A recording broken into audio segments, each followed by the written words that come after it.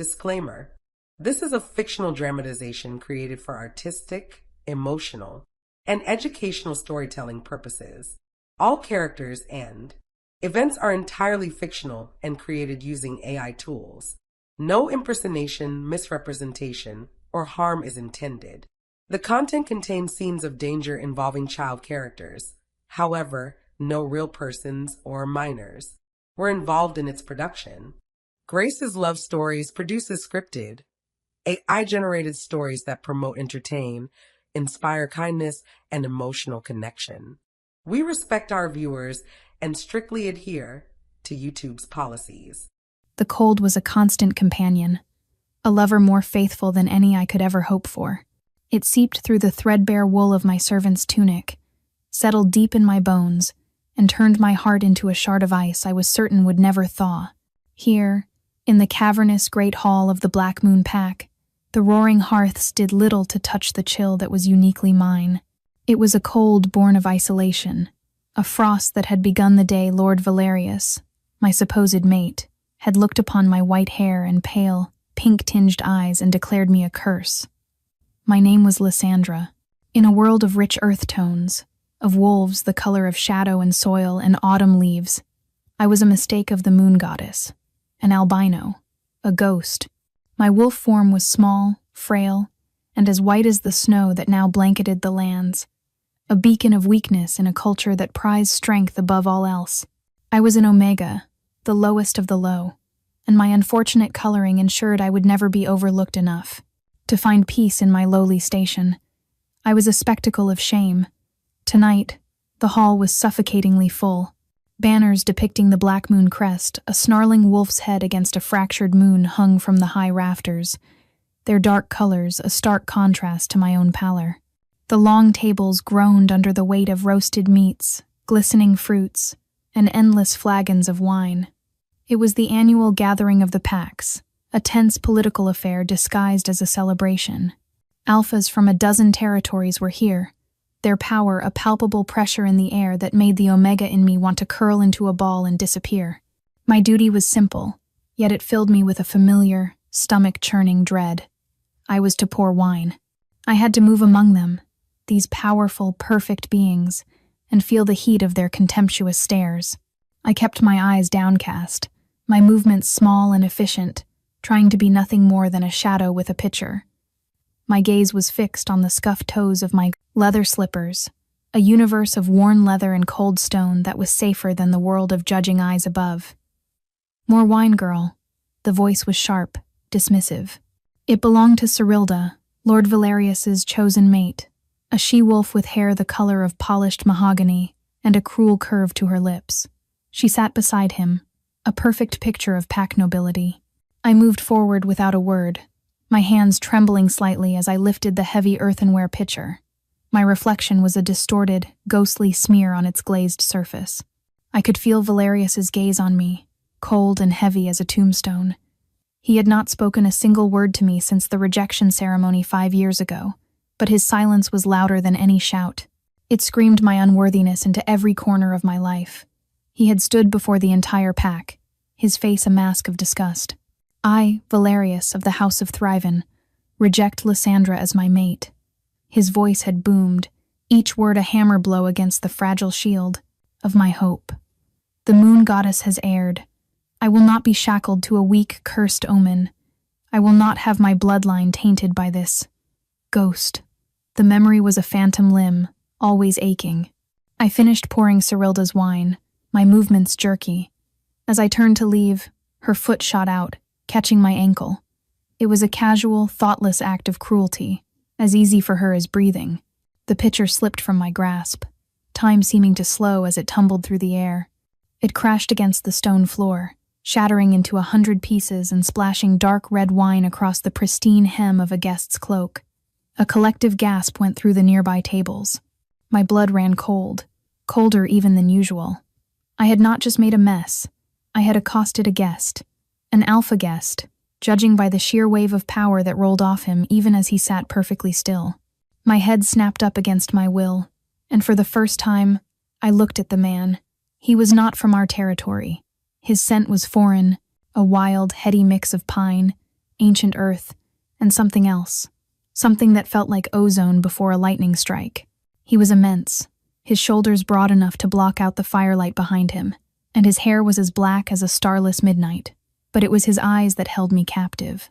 They were silver, not the pale, washed-out silver of a cloudy day, but the brilliant, molten silver of a freshly forged sword. And they were fixed on me. Panic, sharp and absolute, clawed its way up my throat.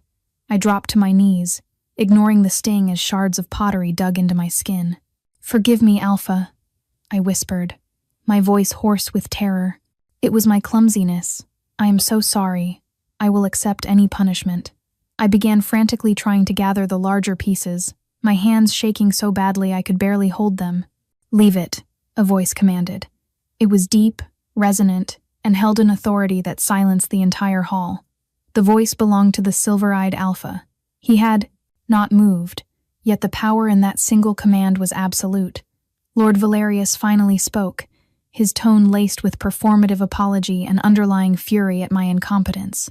"1,000 apologies, Your Majesty. The girl is an Omega, a clumsy, worthless creature. She will be dealt with most severely. I will have her whipped immediately." "Your Majesty?" The title barely registered through the fog of my fear. All I knew was the familiar promise of pain. The whip was a common recourse for my mistakes. "You will do nothing of the sort," the silver-eyed king said, his voice dropping to a low, dangerous growl. He still had not looked at Valerius. His molten gaze remained locked on me, huddled on the floor. "It was not her fault. I saw your mate trip her." The silence that followed was deafening. Cyrilda paled, her beautiful face twisting into a mask of outrage and fear. Valerius looked as if he had been struck. To be contradicted so flatly, so publicly, by a visiting king was an unthinkable insult. "Stand up, little one," the king said, his voice softening just for me. It was so unexpected, that sliver of kindness, that it felt like a physical touch. Trembling, I pushed myself to my feet, wincing as a piece of the pitcher dislodged from my knee, leaving a smear of blood on my drab tunic. The king's eyes flickered down to the injury, and a strange expression crossed his face.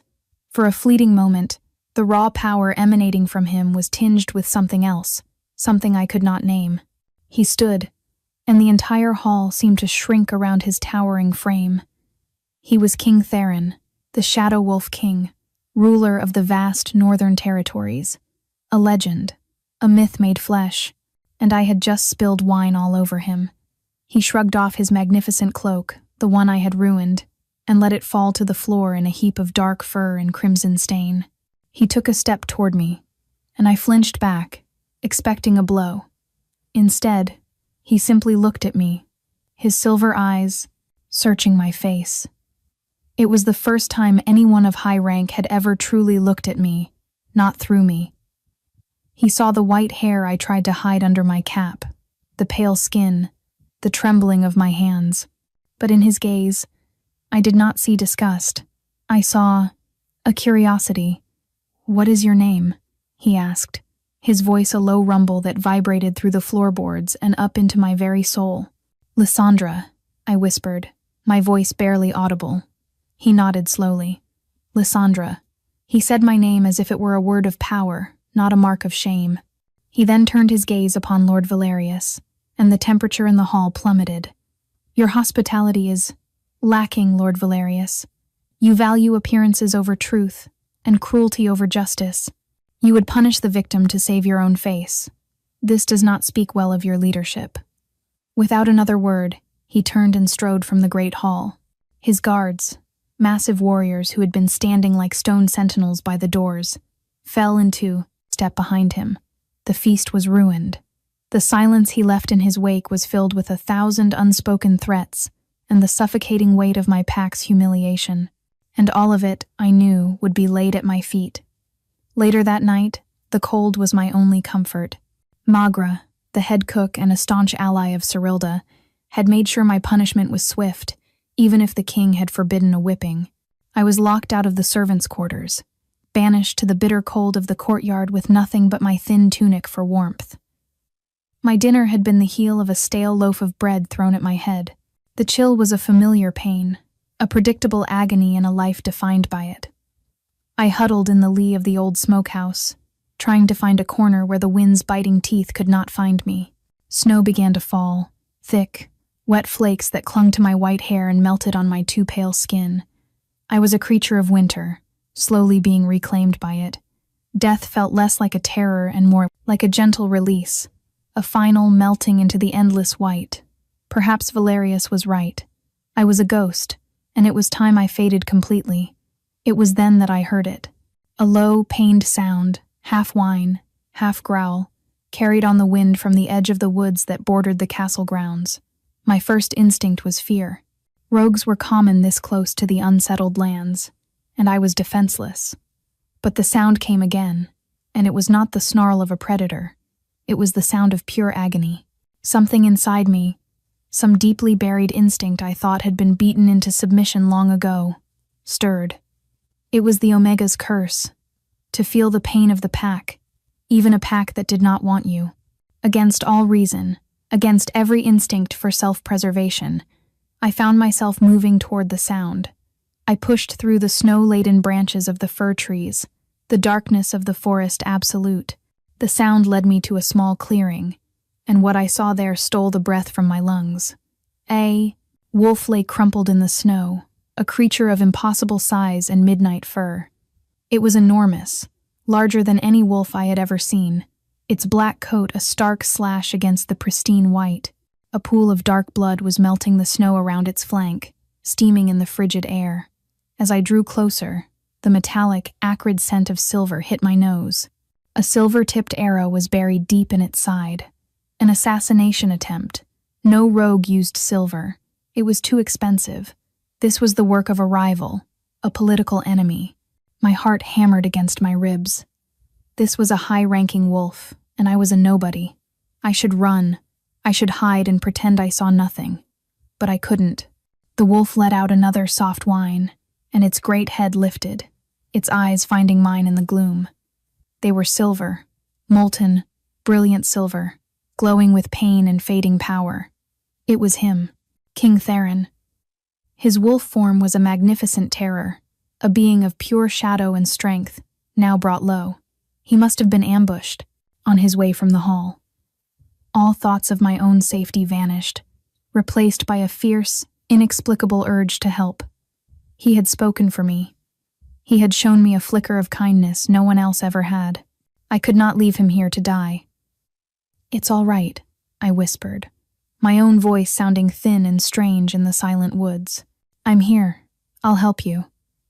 I knelt beside him, my hands hovering over the terrible wound. The silver was poison, burning him from the inside out. It had to be removed. Gritting my teeth, I gripped the shaft of the arrow. The wolf, the king, let out a low growl, a reflex of pain. "I know," I soothed, my voice trembling. "I know it hurts. Just hold on." I poured all my will into my hands and pulled. The arrow was barbed, and it resisted, tearing flesh as it came. The king convulsed, a wave of agony shuddering through his massive frame, but he did not snap at me. With a final, sickening wrench, the arrow came free. Blood, black in the moonlight, gushed from the wound.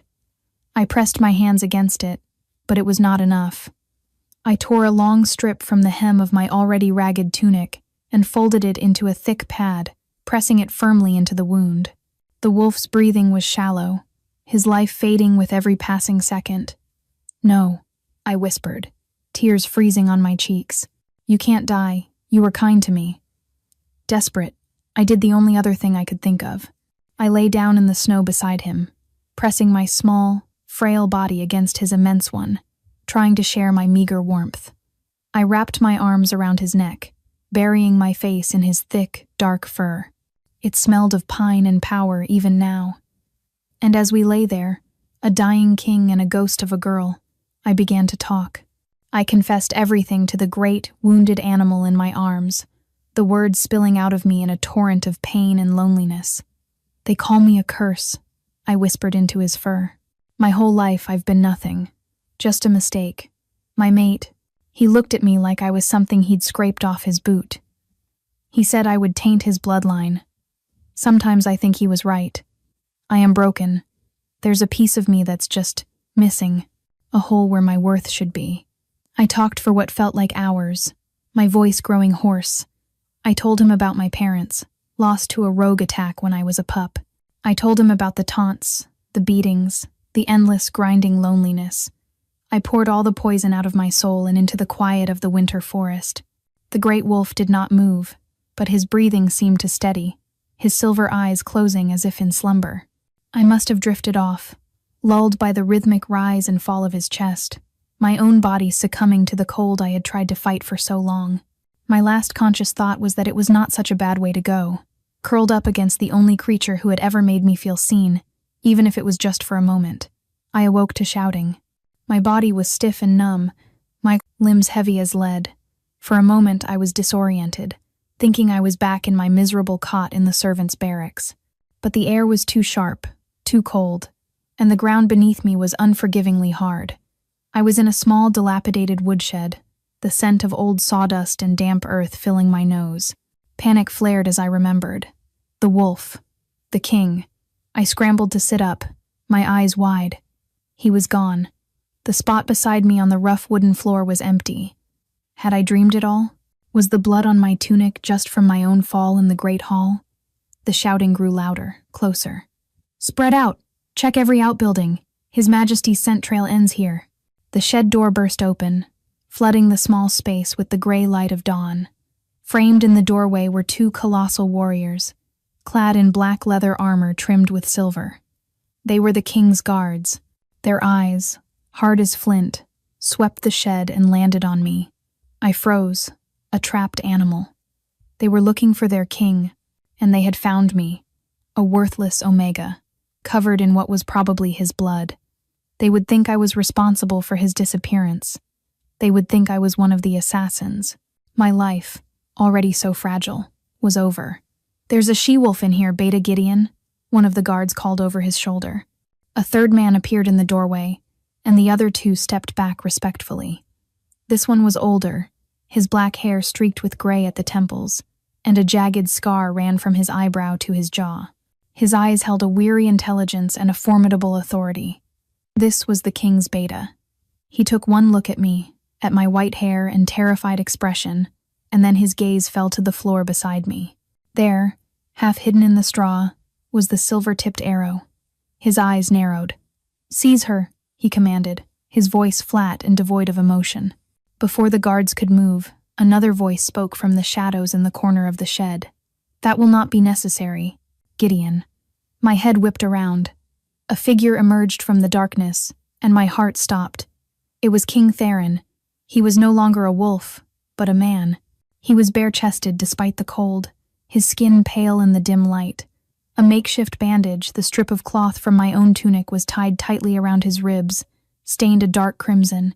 He looked tired, but he was alive, and he was looking right at me. His guards and his Beta immediately dropped to one knee, their heads bowed. "Your Majesty," Beta Gideon said, his voice thick with relief. "We feared the worst. The assassins, they are dealt with," Theron said, his voice a low rasp. He did not take his eyes off me. "They thought a silver arrow would be enough to fell me, and it might have been, had I been alone." Gideon's gaze flickered from his king to me, and a flicker of understanding dawned in his scarred face. "The girl, she helped you?" "She did more than help," Theron corrected him softly. "She saved my life." He took a step toward me, and I shrank back, pulling my knees to my chest. This was all too much. Kings and Betas and assassins. I was so far out of my depth I was drowning. "I heard everything you said last night," he continued, his voice gentle. He knelt in front of me, bringing his silver eyes level with mine. The sheer power radiating from him was overwhelming, but it was tempered with a strange tenderness that I had never experienced before. Every word, my face burned with shame. I had poured out all my pathetic secrets to him, thinking he was just an animal. He knew. He knew how broken I was, how rejected, how utterly worthless. "Please, Your Majesty," I stammered, my eyes filling with tears. "I didn't know it was you. I thought you were just a wolf. I'm nobody. Just an Omega. Please, don't punish me for my words."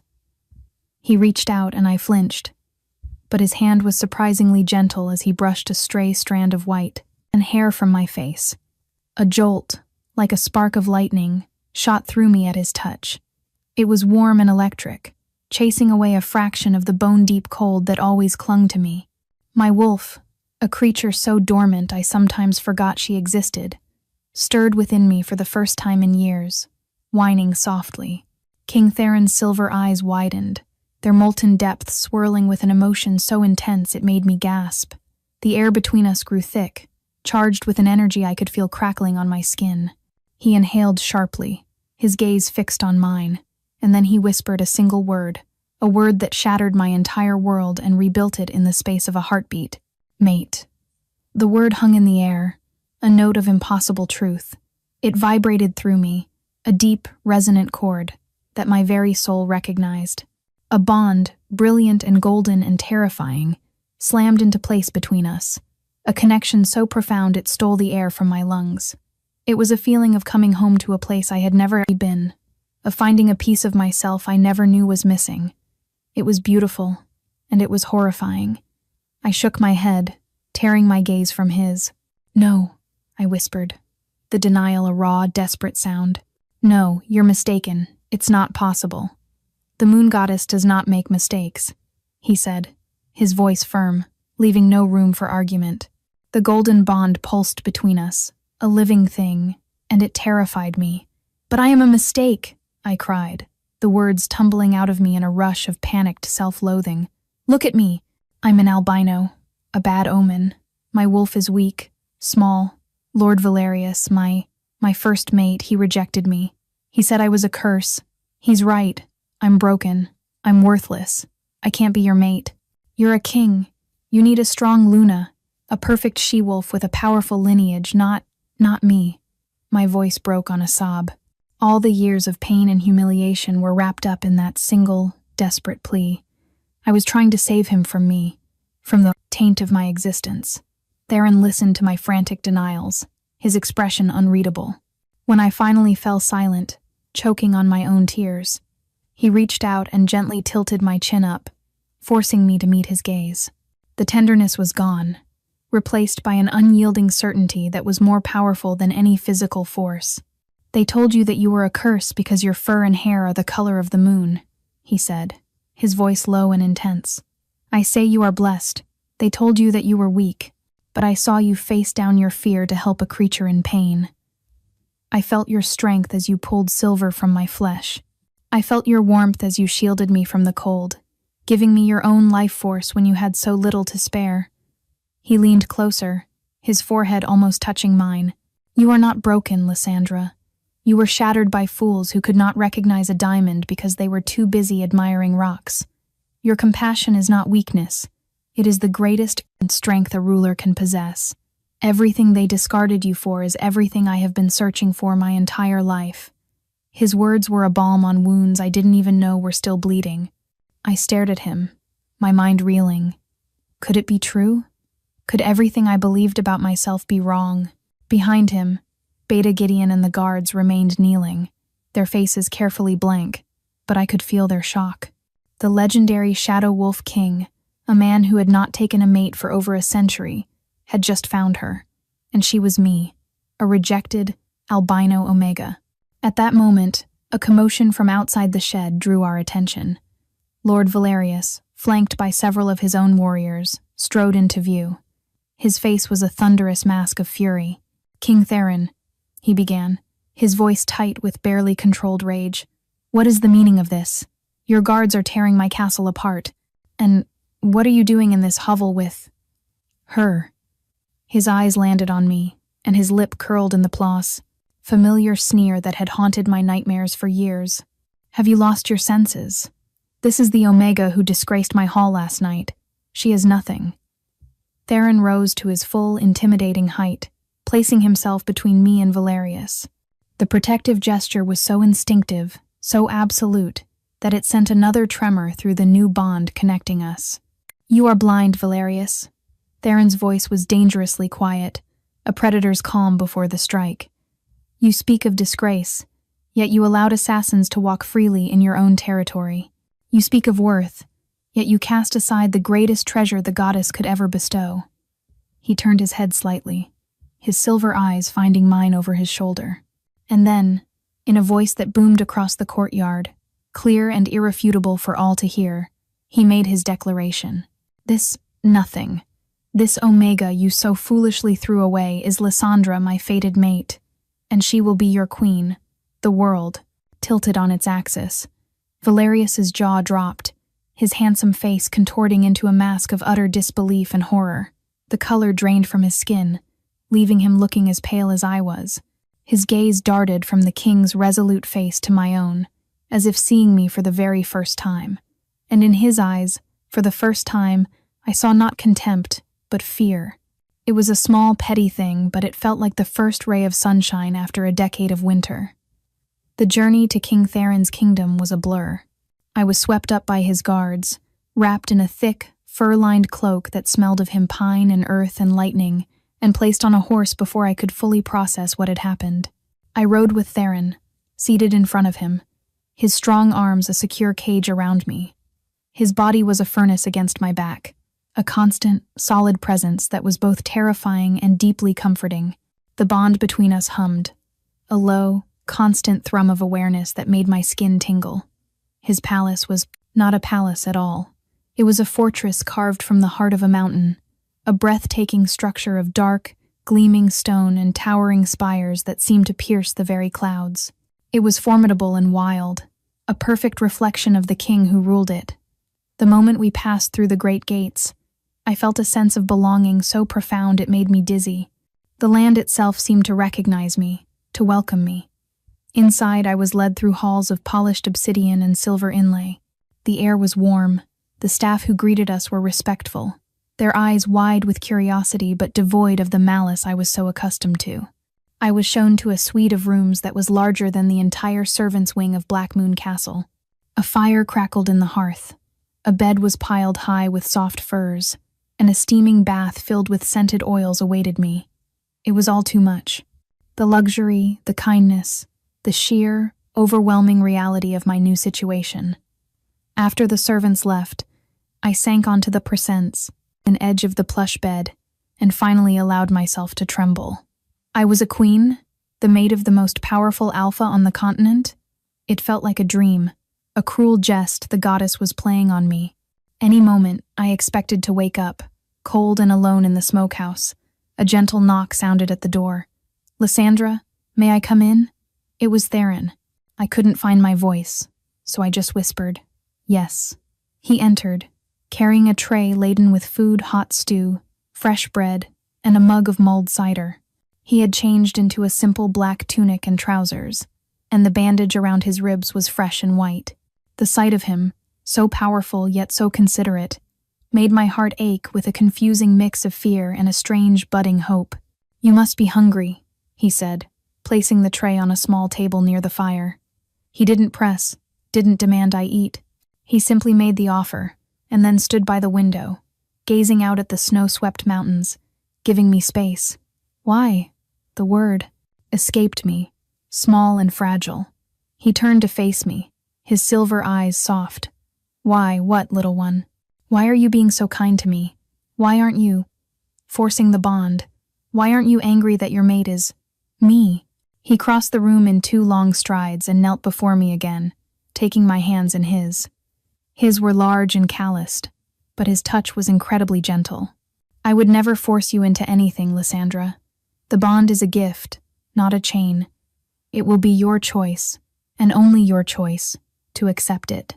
And as for being angry," he shook his head, a small, sad smile touching his lips. "I have waited over 100 years for you.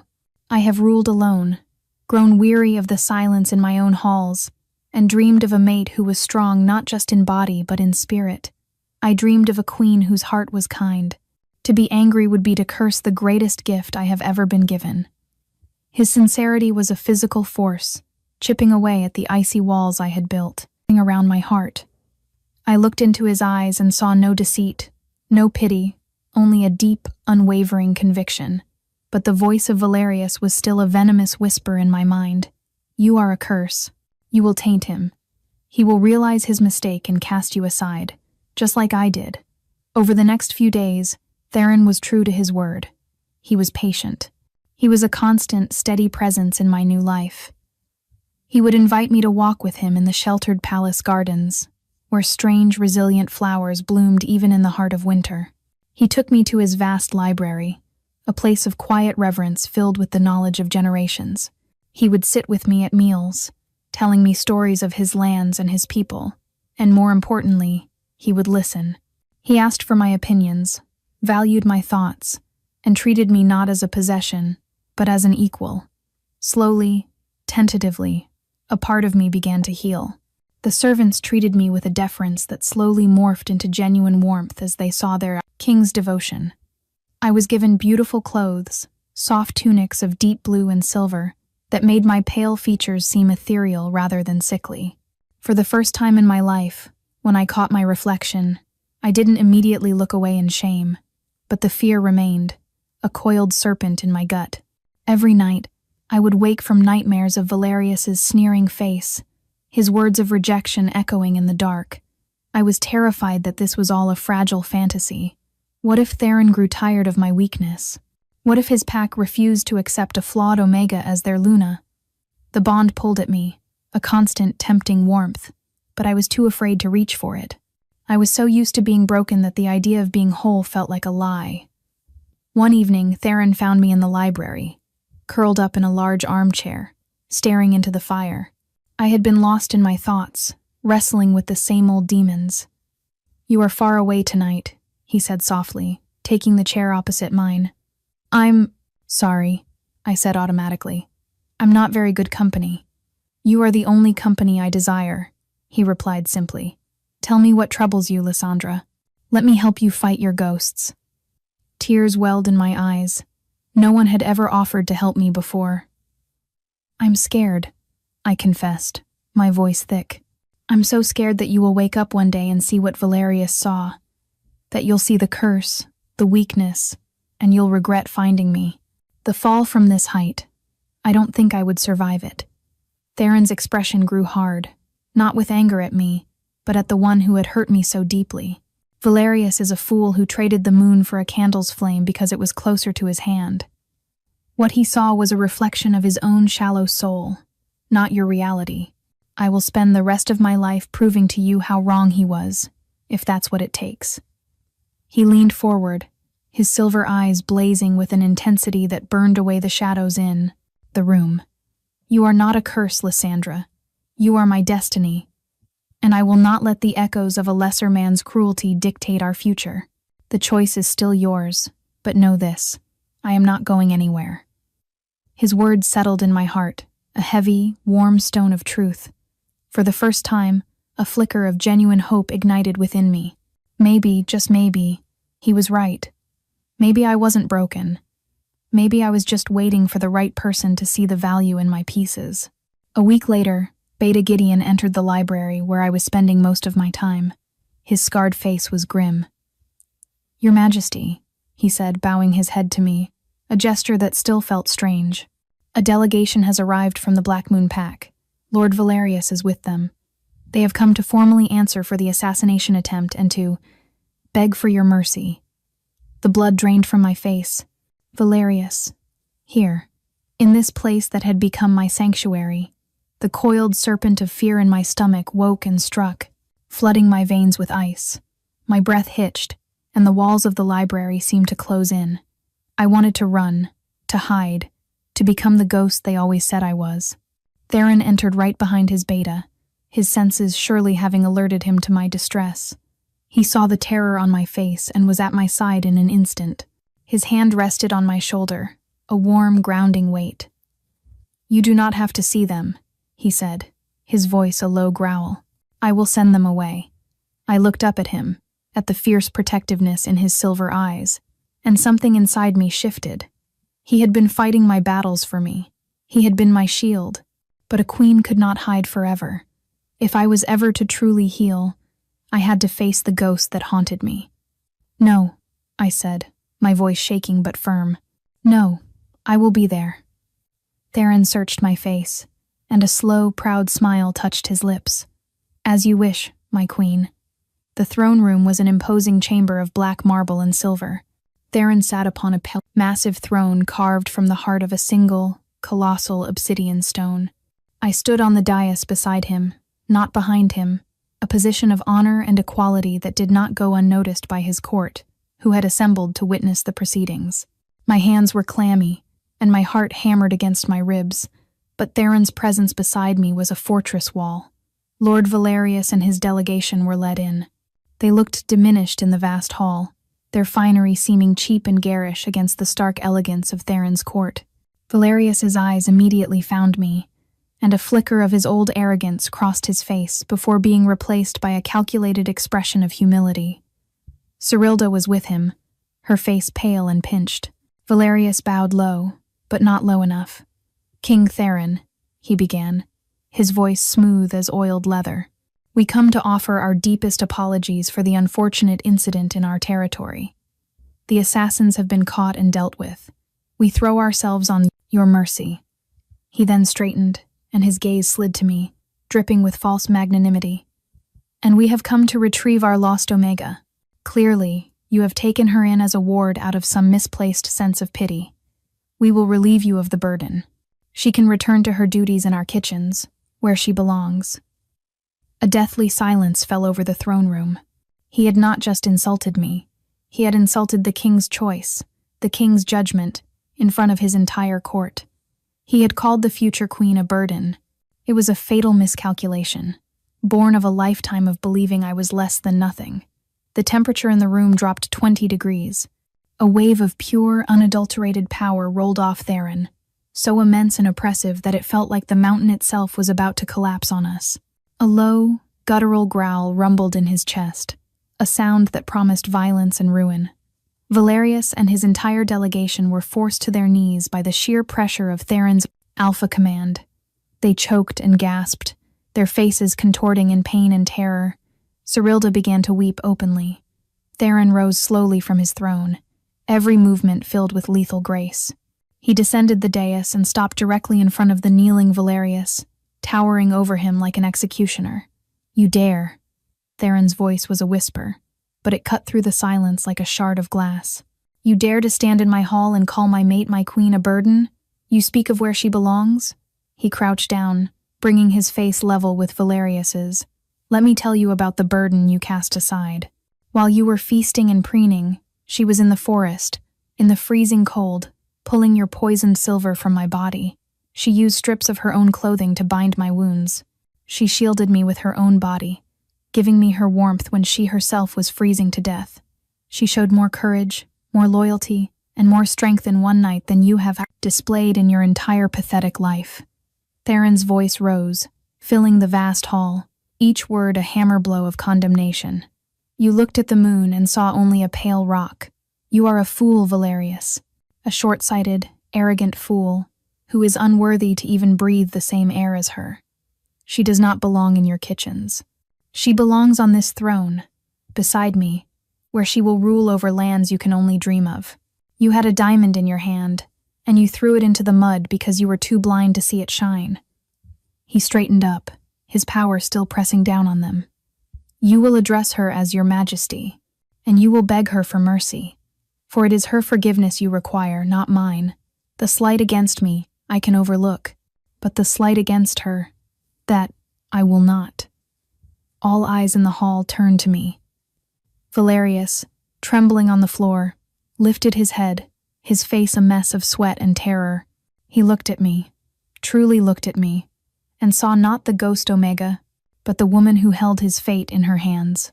Watching him grovel, seeing the man who had shattered my world brought so low, I did not feel the triumph I expected. I felt a strange sort of pity. He was small. His cruelty was born of his own weakness and insecurity. Theron's defense of me, his unwavering belief in my worth, had already healed the wounds Valerius had inflicted. The man before me was nothing more than a bad memory. Tears streamed down my face, but they were not tears of sadness or fear. They were tears of release. A dam inside me had broken, washing away all the pain, all the shame, all the years of feeling worthless. In its place was a quiet, unshakable strength. I finally saw myself the way Theron saw me. I took a deep breath and looked down at the man who had rejected me. "Your life is your own, Lord Valerius," I said, my voice clear and steady, ringing with an authority I never knew I possessed. "Your punishment will be to live with the knowledge of what you threw away. Now go. I never want to see your face again." I had spoken. Theron released his hold, and Valerius and his delegation scrambled to their feet, bowing hastily before practically fleeing the throne room in utter humiliation. The court erupted in a roar of approval. Theron turned to me, his silver eyes shining with pride and love. He took my hand and raised it to his lips. "My queen," he murmured, for all to hear. And in that moment, standing beside him, I finally felt like one. That night, the palace was quiet. The confrontation had settled something deep within me, silencing the last of the venomous whispers from my past. I stood on the balcony of my chambers, looking out at the endless expanse of snow-covered peaks under a sky brilliant with stars. The cold air felt clean, invigorating, no longer a threat but a promise of clarity. The door opened and closed softly behind me. I didn't need to turn to know it was Theron. The bond between us was a living warmth, a constant song in my blood.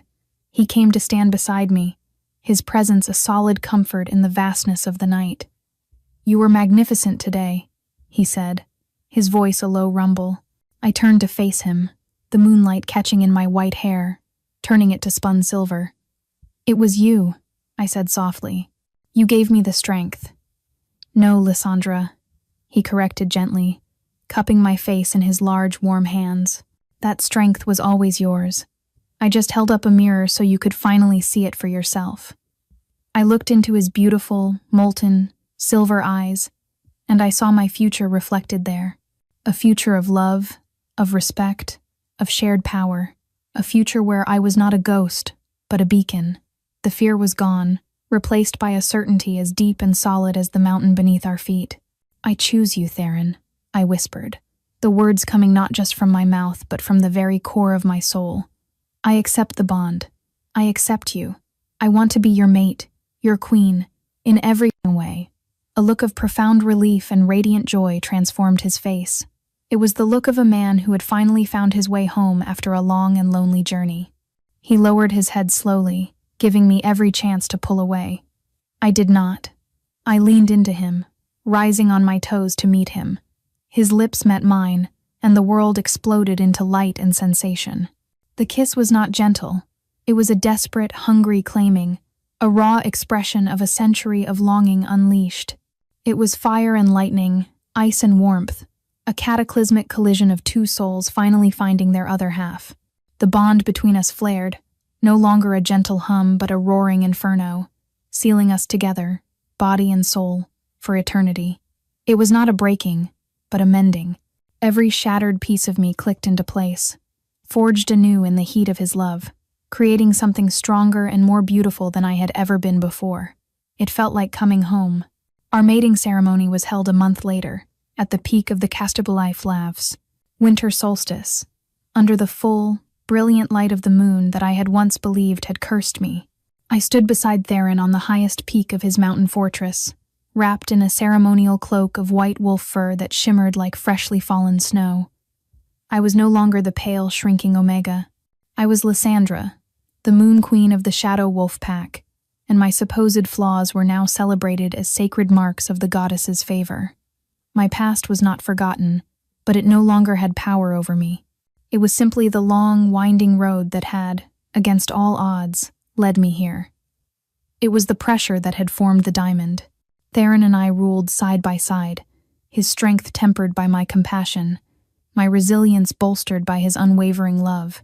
My first decree as queen was the establishment of a sanctuary, a safe haven within our lands for any wolf cast out for being different, a place where the rejected could find a home and the broken could be made whole. I had been born in the cold, a creature of ice and isolation, destined, I thought, to fade into nothingness. But the love of a good king had not just saved me from the cold. He had shown me that the winter in my soul held its own fierce and quiet beauty. He had shown me that I was not a ghost to be pitied, but a queen to be revered. And together, we began our reign, a king of shadows and a queen of light, our love a legend whispered on the winter wind for all time.